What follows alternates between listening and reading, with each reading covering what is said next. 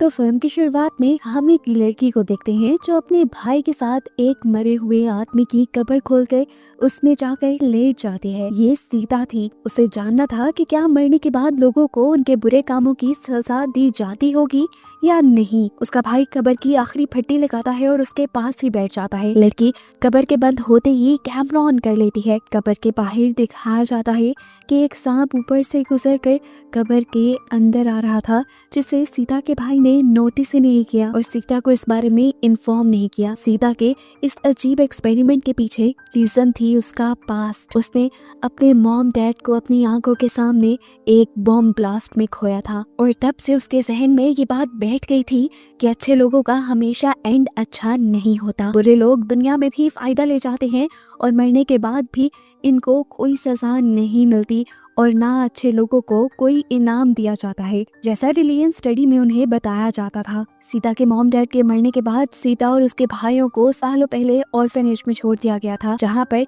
Lillian teacher उसे बताती है कि बुरे इंसानों का अंजाम बुरा होता है, चाहे वो उन्हें मरने के बाद मिले। लेकिन सीता को इस चीज पे बिलीव नहीं था और अपनी टीचर को गलत साबित करने के लिए वो अपने भाई को लिए एक सरुंग में चली गई। इस सरुंग में सीता से पहले कोई नहीं गया था क्योंकि माना जाता था ये सरुंग भूतिया है और इसके अंदर जाते ही लोग गायब हो जाते हैं। अंदर वो अपने भाई आदिल के साथ गई थी और ज्यादा अंदर जाने पर उनको अंधेरे के अलावा कुछ नहीं मिलता और कुछ ज्यादा अजीब ये होता है कि और अंदर जाने पर आदिल और सीता एक दूसरे को देख पाना तो दूर, अब एक दूसरे की आवाज भी नहीं सुन पा रहे थे। सीता अपने भाई के लिए परेशान होकर आगे बढ़ती है तो उसे इसी टनल में एक बच्चा दिखाई देता है जो बहुत ज्यादा डरा हुआ था, सहमा हुआ था। ये असल में कोई बच्चा नहीं बल्कि उसकी सोल थी और जब उसने अपना नाम अजीब से अंदाज में सीता को बताया तो सीता डर गई। बच्चे ने अपना नाम इस्माइल बताया था, थोड़े भयानक अंदाज में, इसीलिए सीता डर कर डल से बाहर आ गई, जहाँ आकर उसने देखा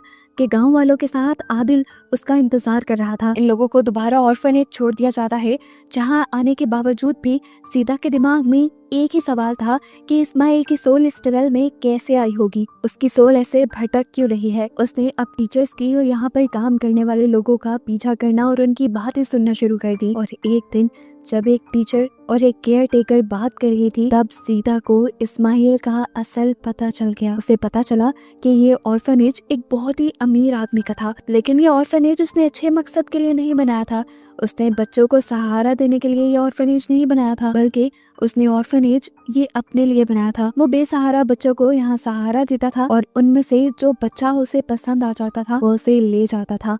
अमीर लोग उस बच्चे का मिसयूज करते थे और इस्माइल भी उन्हीं बदकिस्मत बच्चों में से एक बच्चा था जिसके साथ बहुत सारे अमीर लोगों ने मिलकर ज्यादती की थी और तब से उसकी रूह उस टनल में भटक रही थी। सीता सुन पाती है कि इस मर्तबा उन्होंने आदिल को चुन लिया था। टीचर्स बताती हैं कि उस रात के बाद इस्माइल किसी को नहीं दिखा, लेकिन सीता ने उसे टनल के अंदर देखा था। अब सीता अपने भाई की जान बचाने के लिए फौरन अपने भाई के पास जाती है, लेकिन इससे पहले कि वो अपने भाई को पकड़ पाती, दो आदमी उसके भाई को ही पकड़ लेते हैं। सीता उनके लिए खतरा बन सकती थी, इसीलिए उन लोगों ने सीता को भी पकड़कर स्टोर रूम में कैद कर दिया, जिसके खिड़की और दरवाजों को सील किया गया था। अपने भाई को बचाने के लिए सीता ने दिमाग लड़ाया और अपना स्कार्फ उतारकर उसकी मदद से इन सील हुई खिड़कियों को तोड़ने की कोशिश की, जिसमें वो कामयाब भी हो गई। उसके बाहर निकलते ही यहाँ पर केयर टेकर उसके पास आई। वो सीता के लिए कुछ पैसे और जरूरी सामान लाई थी ताकि वो अपने भाई को बचाकर यहाँ से कहीं दूर चली जाए। सीता के भाई को ये लोग कहाँ लेकर जा रहे थे केयर टेकर ने ये भी बता दिया था।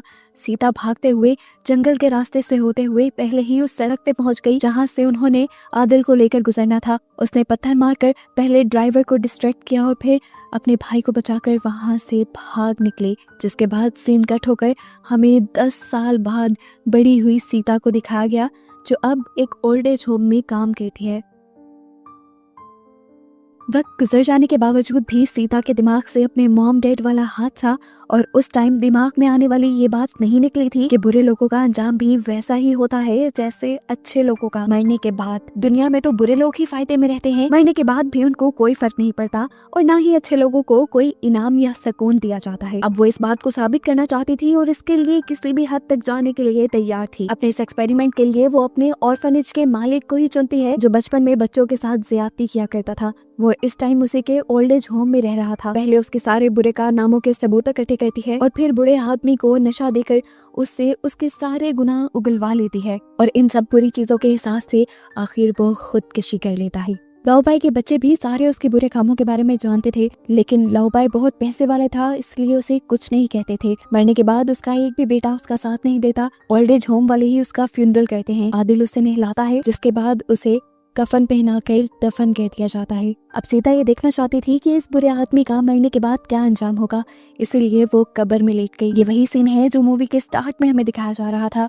सीता ने कब्र में लेटने के बाद अपना मोबाइल ऑन कर दिया, जबकि आदिल ने आखिरी फट्टी लगाते हुए उसे कहा कि अगर कोई भी मसला हो तो तुम मुझे आवाज दे देना, और खुद करीब ही बैठ गया। कब्र के पास अब सांप आने लगा, जिसे आदिल ने कुछ देर बाद नोटिस कर लिया, इसलिए उसने फौरन सीता को कब्र से बाहर निकाल लिया। जितनी देर सीता कब्र में रही उतनी देर तक वहाँ पे कुछ एबनॉर्मल नहीं हुआ, यानी जो उसकी सोच थी वो सच साबित हो गई। मरने के बाद बुरे लोगों को कोई सजा नहीं दी जाती। यही बात वो एक मॉर्निंग शो में बताने के लिए चली जाती है और वहाँ पर वो अपनी रिकॉर्डिंग भी लेकर जाती है, लेकिन जैसे ही रिकॉर्डिंग प्ले की जाती है तो वहाँ पर कुछ भी नहीं था। पता चला कि आदिल ने सब कुछ डिलीट कर दिया था और ऐसे सीता की बातों पर किसी ने एतबार नहीं किया। सीता चिल्लाई, रोई। उसने आदिल से पूछा, तुमने ऐसा क्यों किया? आदिल बताता है कि उसे ये सब करना ठीक नहीं लगा। इस तरह करने से बुरे लोगों को और शेयर मिल जाएगी और अच्छे लोगों की कोई कदर नहीं करेगा। वो सीता से कहता है, तुम भी कौन सा अच्छे हो? तुमने भी अपने अलावा किसी का नहीं सोचा। तुमने तो ओल्ड एज होम में ड्यूटी भी सही से नहीं की, जो तुम्हारा फर्ज था। सीता आदिल की बातों से दिल हार बैठती है और घर जाकर अपनी मॉम डैड की पिक्चर लेकर खूब रो देती है। रोते हुए उसे ऐसा फील हुआ जैसे उसे लाओबाई ने आवाज दी है। आवाज का पीछा करते हुए वो एक कमरे में गई, लेकिन यहाँ कोई नहीं था। लाओबाई तो मर चुका था। वो जब इस कमरे का दरवाजा बंद करने लगी तो उसे दोबारा लाओबाई की ही आवाज सुनाई थी।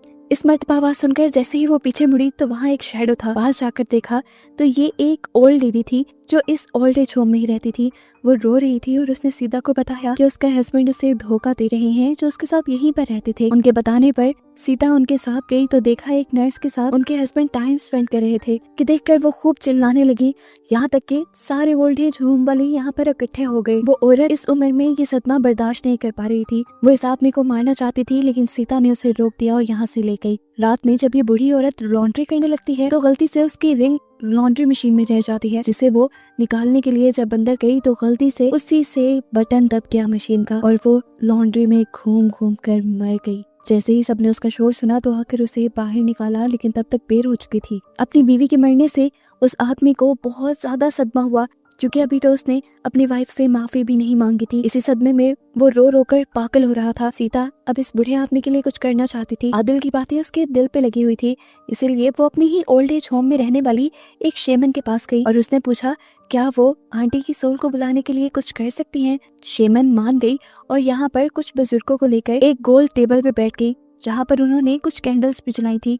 उनके पास एक बंदा कम था। उन्होंने सीता को यहाँ बैठने को कहा, लेकिन सीता को डर लग रहा था। लेकिन सीता के बगैर उनका रिचुअल पूरा भी ना होता। मजबूरन सीता को बैठना पड़ा। शेमन के रिचुअल करने से वो सोल शेमन के अंदर आ गई। शेमन अब उस आंटी की ये आवाज में बोलने लगी जो मरी थी। उसकी आवाज सुनते ही हस्बैंड उससे माफी मांगने की कोशिश करता है, लेकिन वो औरत कहती है, मैं तुम्हें ऐसे माफ नहीं करूंगी जब तक तुम उस औरत को ना मार दो जिसके साथ मिलकर तुमने मुझे धोखा दिया। ये सुनते ही सीता को कुछ गलत लगा। उसने फौरन शेमन से रिचुअल बंद करने को कहा, लेकिन तभी सारे बूढ़े लोग उसी आंटी की आवाज में बोलने लगे कि उस औरत को मार दो। सीता को खतरा फील हुआ तो वो यहाँ रिचुअल से उठ गई। उसने सारी कैंडल्स बुझा दी और पर्दे खोल दिए। ये रिचुअल उसने तोड़ दिया और फौरन उस नर्स की जान बचाने के लिए चली गई। अभी वो उस नर्स के पास पहुंची ही थी और उसे कुछ बताने ही वाली थी कि वो बूढ़ा आदमी इस नर्स को मारने के लिए इसके करीब आ गया। सीता ने उसे बचाने के लिए उसे एक कमरे में ले गई और दरवाजा बंद कर दिया, लेकिन यहाँ पर पहले से ही उनका रिचुअल वाला एक और साथी मौजूद था जो उस औरत के पेट में स्टैब करते हुए उसे मार डालता है। वो अंकल से पूछते हैं, आपने इस बेकसूर को क्यों मार दिया? जिस पर अंकल जवाब देते हैं कि मैं मरने के बाद दुख नहीं चाहता। उस औरत ने मुझे इस लड़की को सजा देने को कहा था और मैंने दे दी। उसकी बातें सुनकर सीता को शक हुआ। सीता को लगा कि कहीं इन्होंने सीता का मॉर्निंग शो तो नहीं देख लिया, लेकिन सीता तो उस मॉर्निंग शो में कुछ साबित नहीं कर पाई थी कि मरे हुए लोगों को सजा मिलती भी है कि नहीं। उसने अब इंटरनेट पे सर्च किया तो उसे पता चला कि सीता के शो के बाद बहुत से लोग सीता से इम्प्रेस हुए और उन्होंने सीता का ही एक्सपेरिमेंट दोहराया और इस मर्तबा बहुत सी अजीबो गरीब चीजें लोगों के पास रिकॉर्ड हुई। जो लोग अच्छे नहीं थे उनकी कब्रों में से चीखने और पुकारने की आवाजें रिकॉर्ड हुई और कुछ कब्रों में सुकून मिला, जिसका मतलब था कि मरने के बाद सच में सजा दी जाती है। सीता को ये सब देखकर हैरानी हुई। उसने सोचा फिर लाओबाई के साथ वो सब क्यों नहीं हुआ था। यही सोचते हुए उसने जाकर फौरन लाओबाई की कब्र खोद दी और दोबारा अंदर जाने का फैसला किया। लेकिन हैरानकुन तौर पे क्या देखा कि वहाँ तो लाओबाई की हड्डियां तक नहीं थी। एकदम से अब कब्र की मिट्टी और कब्र की लकड़ियां उसके ऊपर गिरने लगी, जिनसे बचने के लिए वो आगे की तरफ गड्ढा खोदकर उसमें चली जाती है। उसके रास्ता बनाते ही पीछे से मिट्टी ने उसका पिछला रास्ता बंद कर दिया। सीधा आगे की तरफ बढ़ती रही और उसे एक टनल मिल गई, जिस टनल के अंदर वो चली गई। ये वही टनल थी जिसके अंदर उसे इस्माइल मिला था। वो टनल यहाँ इस शहर में तो नहीं थी। सीता को लगा कि शायद ऑक्सीजन की कमी से उसे हेलुसिनेशंस हो रही हैं, लेकिन अगले ही पल उसे इस्माइल की पुरानी वाली आवाज आई, जिससे वो जान गई कि सच में ये उसी टनल के अंदर है। वो अब इस टनल में आगे आई तो सामने सीता का बचपन था। एक कांच के शीशे के बाहर उसके मॉम डैड खड़े थे जो उसके लिए हाथ हिला रहे थे। सीता उन्हें देखकर इमोशनल हो गई। उनको देखकर वो रोने लगी और अगले ही पल ये सारी चीजें गायब हो गई। टनल दोबारा से पहले जैसी हो गई, जिसमें वो आगे बढ़ने लगी और इस वक्त उसे लाओबाई के पछतावे की और चीखने चिल्लाने की आवाजें सुनाई दी। सीता को आगे जाने पर अपने ऑर्फेनेज वाले बचपन के साथी भी मिले, जिनके आगे इस्माइल खड़ा था। सीता को लगा कि शायद ये सब उसका वहम है। उसे याद आया कि भूत होते तो हैं, लेकिन जब तक उन पे बिलीव ना करो तब तक वो नजर नहीं आते। वो आंखें बंद करके अपना माइंड बनाती है कि उसे यहाँ कुछ नहीं नजर आ रहा, और जब वो आंखें खोलती है तो दोबारा उसके सामने ऑर्फेनेज के बच्चे ही थे। अब इस्माइल उसके सामने आया और उसे डांटने लगा। वो बोला, उस दिन तुम मुझे छोड़ के क्यों चली गई थी? क्या तुम्हें समझ नहीं आई थी उस दिन कि मैं डरा हुआ हूँ? मेरे पीछे कोई आ रहा था। उसकी बात सुनकर सीता परेशान हो गई और तभी उसे ऊपर से किसी की आने की आवाज आई। ये किसी मॉन्स्टर की आवाज थी। इसे देखकर इस्माइल ने सीता से कहा, बस अब नहीं डरता मैं, और तुम भी ना इससे डरना। इससे बचने के लिए तुम सामने सुरंग में छलांग लगा दो मेरे साथ। सुरंग बहुत गहरी थी, अंदर कुछ नजर भी नहीं आ रहा था। मॉन्स्टर भी तेजी से उनकी तरफ बढ़ रहा था, इसलिए सीता ने इस्माइल के साथ उस सुरंग में छलांग लगा दी और अचानक उसे जब होश आया तो हमने उसे लाओबाई के साथ लेटा हुआ पाया। सीता ने मुड़कर देखा तो लाओबाई उसके पास लेटा हुआ था। उसने जो कुछ देखा था उसे वो एक डरावना ख्वाब लग रहा था। उसने चीख कर आदिल को बुलाया, लेकिन बाहर अब कोई नहीं था। उसकी मदद को कोई भी नहीं आया।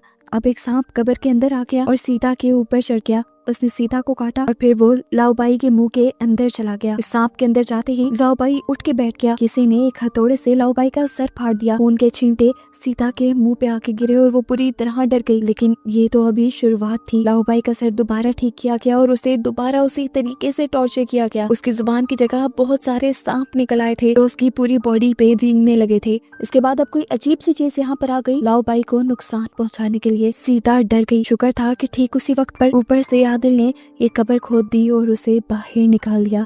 सीता बहुत ज्यादा डरी हुई थी। जो कुछ उसने देख लिया था उससे वो जान गई थी कि बुरे लोगों को आखिर में सजा जरूर मिलती है। और बस यही दिखाते हुए ये कहानी यहाँ खत्म हो जाती है।